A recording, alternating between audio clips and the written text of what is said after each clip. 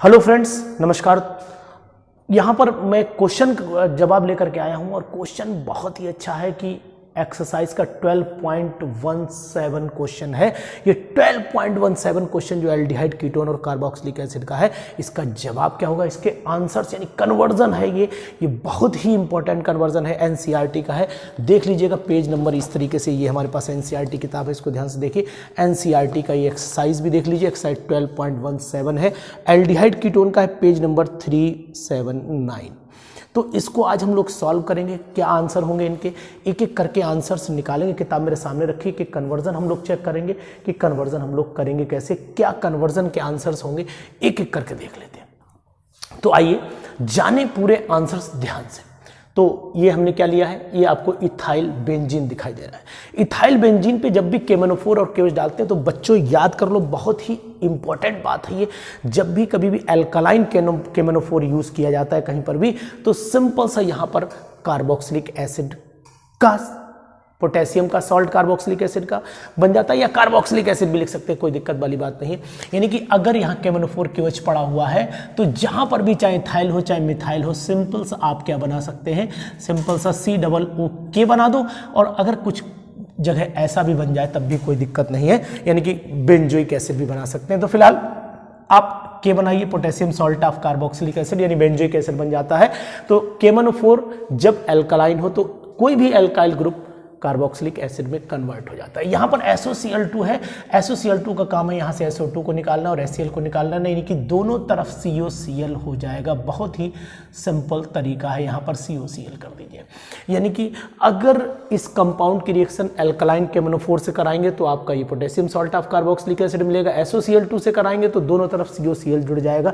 ये question number 12.17 का मैंने आपको सेकेंड पार्ट बता दिया कि सेकेंड पार्ट का आंसर क्या होगा। अब यहाँ पर C6H5CHO है, यहां से आपने ये सेमी कार्बाजाइड है और सेमी कार्बाजाइड इसने लिखा इस तरीके से कि आप गलती करें तो जब भी रिएक्शन होगी तो इधर वाले NH2 से होगी, यानी इधर से आप H2 यहां से O, जब मैं अंडर गोला यहां पर बना देता हूं, यहां से H2 यहां से O निकाल दीजिए, प्रोडक्ट आपके सामने आ जाएगा C6H5CH हो गया। अब यहाँ पर N बचेगा तो डबल बॉन्ड से N जोड़िए, फिर ये वाला NH बचेगा, NH जोड़िए, फिर CONH2। ये सेमी कार्बाजाइड था, ये सेमी कार्बाजोन तैयार हो जाएगा। तो इस तरीके से ये आपका क्वेश्चन नंबर 12.17 का हो गया। कौन सा, 12.17 का थर्ड आंसर आपके सामने आ चुका है। अब आपके सामने नेक्स्ट क्वेश्चन है कि क्या है नेक्स्ट, देखिए बेंजीन से हमने, बहुत ही सिंपल क्वेश्चन है, कितना बढ़िया क्वेश्चन है आपके सामने कि हमें ये कंपाउंड बना देना है। तो इसकी रिएक्शन किस, मेनली हमें ये पूछा गया है, रिएक्टेंट पूछा है एनसीईआरटी ने कि कौन सा रिएक्टेंट यहाँ पर यूज कर दे कि ये कंपाउंड, तो आपने नाम सुना होगा कि अगर इसका हम बेंजोइलेशन कर दें C6H5COCl और एनहाइड्रस AlCl3 के ऊपर, जैसे Friedel craft alkylation reaction, benzoylation, Friedel Crafts acylation reaction थी, वैसे ही सिंपल बेंजोइलेशन करा दें इसका, तो बेंजोइलेशन पे क्या होगा कि दोनों, अब अगर आपको रिएक्शन देखनी है तो सिंपल सा है, C6H5COCl है, यहाँ से H उठाइए और यहाँ से Cl यानी कि HCl निकाल दीजिए, ये ऐसे आपस में कनेक्ट कर दीजिए। C6H5COCl एनहाइड्रस AlCl3 इसका रिएजेंट है। ये सिंपल दिख रहा है, टॉलेंस रिएजेंट है। ये कौन सा रिएजेंट है, टॉलेंस रिएजेंट। और टॉलेंस रिएजेंट जब भी रिएक्शन करता है तो एल्डिहाइड को कार्बोक्सिलिक एसिड में कन्वर्ट कर देता है। तो यानी कि ये हमने ऐसे लिखा और यहाँ COOH हो जाएगा और साथ में सिल्वर मिरर भी मिलेगा। तो ये टॉलेंस रिएजेंट की प्रॉपर्टी होती है कि सिल्वर मिरर देता है। बहुत ही इंपॉर्टेंट रिएक्शन है ये, आप समझ ले। अब यहाँ बहुत अच्छा काम है, NaCN और HCl कंफ्यूज करने के लिए दिया हुआ कि कंफ्यूज हो जाए बच्चा, NaCN से रिएक्शन करा दे, आंसर ना आने पाए, तो इसलिए आप क्या करेंगे, सबसे पहले NaCN निकाल के HCN, ये रिएक्शन HCN से ही पूछ रहा है जिससे कि आप खूब गलती करें, इसलिए इसने कंफ्यूजन पैदा किया। तो आप क्या करिए, इसे धीरे से चेंज करिए, थोड़ा सा चेंज करिए, यहाँ पर इसे डबल बॉन्ड O करिए, यहाँ पर H कर दीजिए। अब आपके सामने HCN से रिएक्शन कराएंगे तो H यहाँ जुड़ेगा, CN नीचे जुड़ जाएगा, यानी कि कंपाउंड वही CHO ग्रुप में HCN का जुड़ना बताया है इसने। यहाँ पर OH लगा दीजिए, आगे CN लगा दीजिए, नीचे जो H था वैसे लगा दीजिए, COOH पे कोई फर्क नहीं पड़ने वाला है। तो ये प्रोडक्ट मिलेगा और ये आपको दिख रहा है, ये कंडेंसेशन है, क्लेजन कंडेंसेशन रिएक्शन कहलाएगी, यानी कि ये हमने बेंजल्डिहाइड जैसे एल्डोल कंडेंसेशन आपने पढ़ा, क्रॉस एल्डोल पढ़ा, तो यानी अल्फा से ही रिएक्शन कराना, यानी कि यहाँ पर अल्फा है तो हम इसको ऐसे लिख लेते हैं। एक बार लिखने के तरीके को ही बदल देता हूँ मैं, लिखने के तरीका इसका ऐसे कर देता हूँ जिससे कि आपको समझ में आ जाए।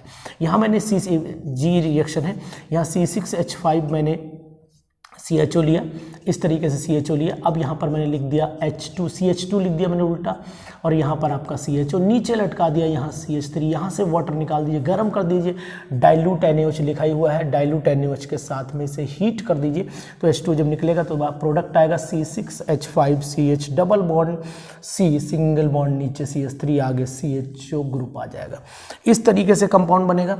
तो अब आप इस चीज़ को ध्यान रखिए कि कैसे आप इसको रिएक्शंस, तो मैंने आपको यहाँ तक बता दिया, वहाँ पहुँच जाते हैं।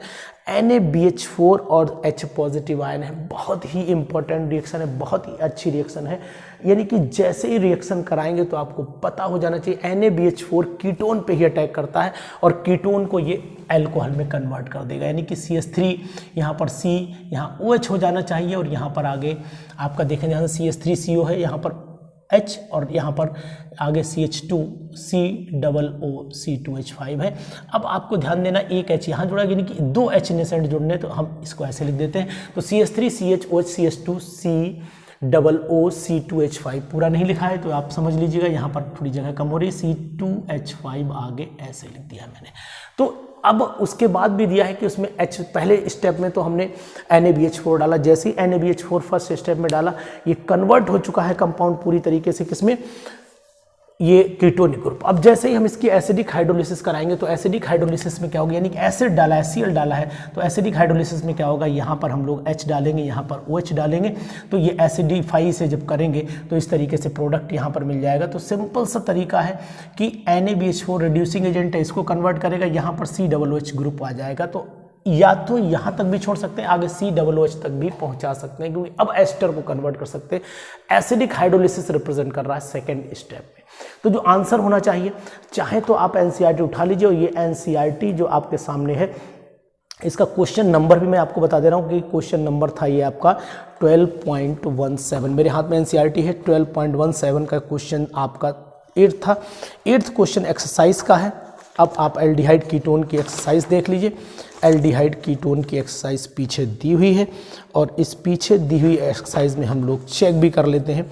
यूनिट एल्डिहाइड कीटोन की है, ये आपका सामना है, और ये 12.17 का आंसर देखो, इन्होंने बहुत अच्छे तरीके से कुछ शॉर्टकट भी मार दिए हैं। 12.17 में 1 2 3 4 ये क्वेश्चन नंबर है आपका 8th है, और 8th में इन्होंने 8th का आंसर बाई चांस इसमें 8th दिया है, लेकिन नाइदर लिख दिया है, तो नाइदर प्रोडक्ट, यानी कि इन्होंने सही से आंसर 12.17 का नहीं दिया है। तो फिलहाल हम इस पे बहुत 12.17 देखना है, हाँ ठीक है, 12.17 का आंसर इन्होंने दिया हुआ है। देखिएगा 12.17 का ध्यान से देखिए, ये दिया है 12.17 में ये 8th दिया है। आगे देखिए CH3 CHOH CH2 COOH5 पे पहुंचा दिया है। तो देखिए मैंने भी वहीं पर रोका हुआ, लेकिन फर्दर अगर चाहें तो ये प्रोसेस कर सकते हैं, कोई दिक्कत वाली बात यहाँ पर नहीं होनी चाहिए।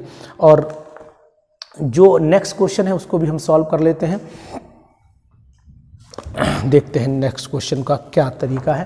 तो अब हम लोग बात कर लेते हैं इस क्वेश्चन की, यानी कि ये कंपाउंड CrO3, जब भी CrO3 रिएक्शन करता है OH पे, तो आप ध्यान रखिएगा ये एक ऑक्सीडाइजिंग एजेंट है, और यहाँ पर ये कंपाउंड तैयार कर देगा, यानी कि कीटोनिक ग्रुप में कन्वर्ट करेगा। अगर ये प्राइमरी CH2OH होता तो ये CHO में कन्वर्ट कर देता। अब ये कंपाउंड है, यहाँ पर सबसे पहले आप ध्यान देना कि डबल बॉन्ड है, ये CH2 है। क्या करना चाहिए इसमें, हमें करना ये चाहिए कि सबसे पहले इस ग्रुप में हम ऐसा क्या डालें। आपने रिएक्शन पढ़ी होगी, एक तो हाइड्रोबोरेशन ऑक्सीडेशन रिएक्शन, तो ये हाइड्रोबोरेशन ऑक्सीडेशन कराइए। जैसे हाइड्रोबोरेशन ऑक्सीडेशन कराएंगे तो हाइड्रोबोरेशन ऑक्सीडेशन का मतलब हुआ कि हम B2H6 से रिएक्शन कराएं, H2O2 के साथ हम इसकी हाइड्रोलिसिस कराएं। तो H2O2 के साथ हम जब इसको ऑक्सीडाइज कराएं, सॉरी हाइड्रोलिसिस नहीं, ऑक्सीडाइज कराएं, तो कंपाउंड हमारे पास बनेगा आपका एल्कोहल मिलेगा। और एल्कोहल के बाद भी अब हमें जो प्रोडक्ट है एल्डिहाइड है, तो इसका मतलब हमें PCC डाल देना है इसमें। जैसे ही हम PCC डालेंगे तो आपको पता है, या तो CrO3 डालें या PCC डालें, तो वो कंपाउंड आपका एल्डिहाइड पे, रिएक्शन एल्डिहाइड पे ही रुकेगी, आगे ऑक्सीडाइज नहीं हो पाएगा वो।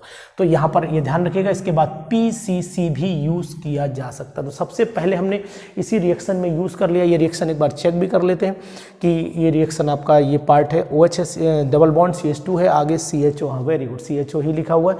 तो इसमें जो रिएजेंट है वो H2O है और मीडियम जो होना चाहिए वो यहाँ पर बेसिक मीडियम यानी H2O2 बेसिक मीडियम का ध्यान रखिएगा खासकर। तो यहाँ मैं लिख देता हूँ बेसिक मीडियम, या फिर आप OH निगेटिव आयन भी लिख सकते हैं। ये बहुत ही सिंपल रिएक्शन है कि कैसे हम लोग यहाँ पर कौन सा रिएजेंट यहाँ K के पास आना चाहिए। तो आप ध्यान दीजिए, अगर हम ऐसा कंपाउंड यूज़ करें, ये वाला कंपाउंड यूज़ करें, तो आपको पता है जो रिसर्च कराएंगे तो यहाँ पर एक इस टाइप का स्ट्रक्चर